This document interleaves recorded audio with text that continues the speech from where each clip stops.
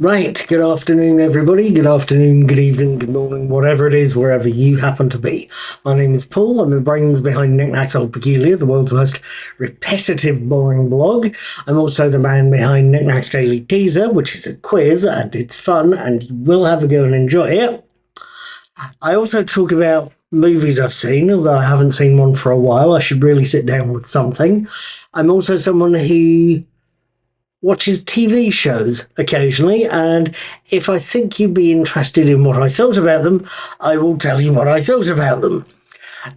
Just recently, I've been watching various episodes of Star Trek Strange New Worlds. I've been sitting in with season 3, and Thursday night, I saw the most recent episode. I saw a space adventure hour. This is what I thought.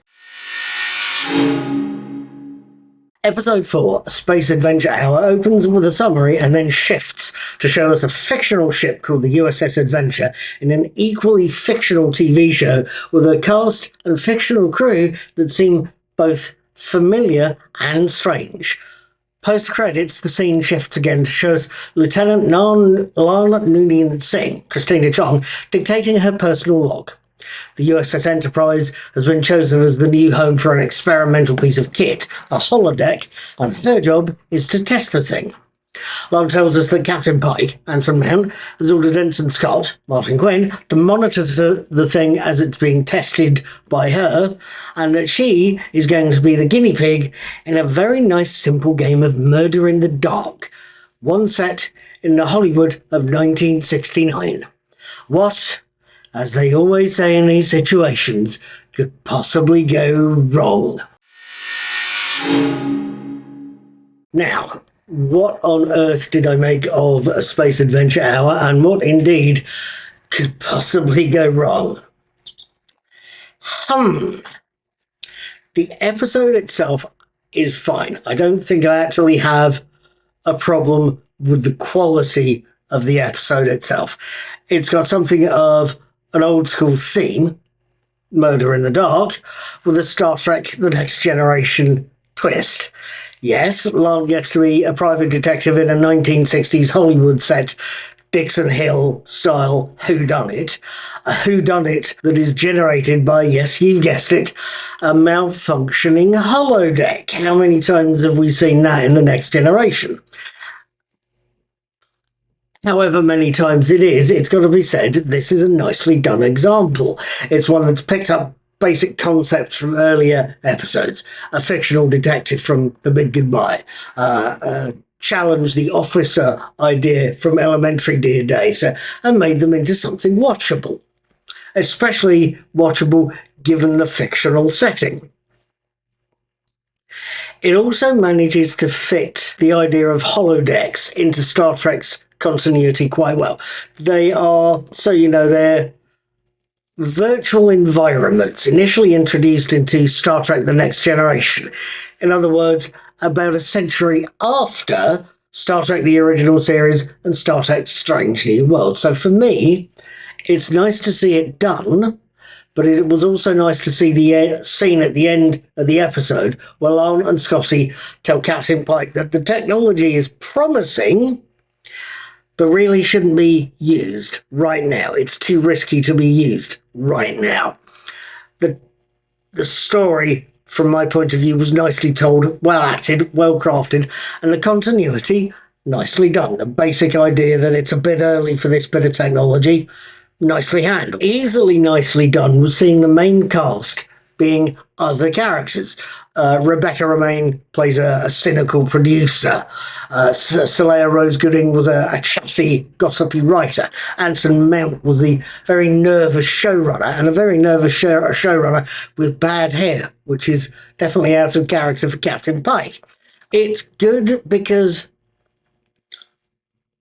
much like Subspace Rhapsody, it shows off the cast's range. It shows us what they're capable of. Granted, I wasn't fond of Subspace Rhapsody, but it does show the cast doing something new. There is only one small problem with this episode from what I could see. It's that cold opening.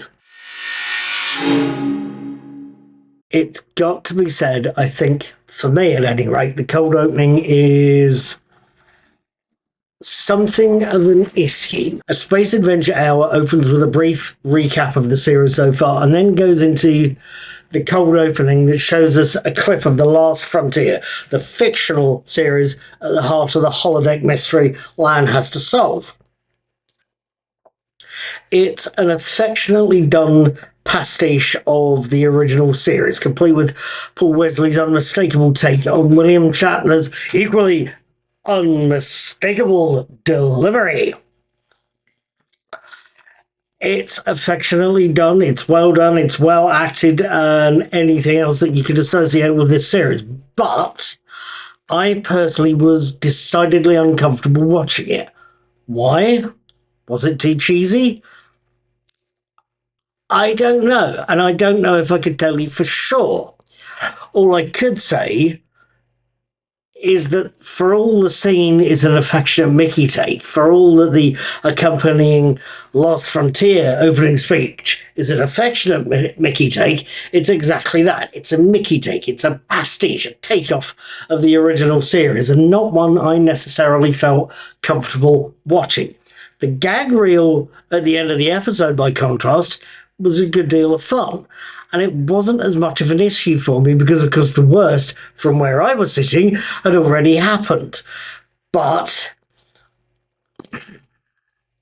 that cold open may well have been an affectionate Mickey take, but it's also a Mickey take that I found personally uncomfortable to watch and disrespectful to both the original cast and the original crew and to the hard work that all of them put in. It's possibly a step or two beyond the pale for my taste. With all of that said, done, dusted, and swept under the carpet, you're going to ask me the usual questions, aren't you? First off, you're going to say, Paul, why are you wearing a Ron Says Bugger t-shirt? Well, to be frank, that's simple. It was the next one out of the drawer. The other question you're going to ask is, Paul, what did you make of A Space Adventure Hour? And it has to be said that, like every other episode of Strange New Worlds to date, it's a very well-made episode. Cast and crew have done some very good work, and the writers have managed to tell a mostly entertaining story and fit in an experimental piece of kit into the show's continuity without spoiling said continuity. They've managed to do quite well there. My only issue with this episode is the one I've told you about already, but for me it is a big problem. That cold open was a little too cheesy and a little too disrespectful, and something I'd have felt comfortable not watching and or not seeing in the episode. Yes, this is a well-made and well-acted episode, but I felt the cold opening spoilt my enjoyment of A Space Adventure Hour. It's definitely something that put me off. Right, that is once again where I am going to leave things. As ever, I am going to thank you for watching, even if I don't actually ever say that as frequently as I should. I am going to say thank you for watching this review. I hope I've not been too boring or gone on for too long. Please feel free to politely leave me a comment in the information box or in the comment section under this video. Let me know if you agreed with me or disagreed with me. I'm also going to ask you, if you want to see more quizzes and more reviews, to please subscribe to my channel. It's Mr. Cuddy2977. If you've really enjoyed it, please feel free to put some money in the tip jar in the corner there. Every penny helps pay for internet connection and various bits and bobs. It would be most appreciated. The only other thing I should add is simply this. I am going to be watching the next episode, Through the Lens of Time, on Thursday the 7th of August, and I will be publishing my written and video reviews by Saturday the 9th. Hopefully I'll see you back then for said reviews, and hopefully we can talk about what we thought of the episode. Thank you for watching once again. Have a very good time, and Be seeing you.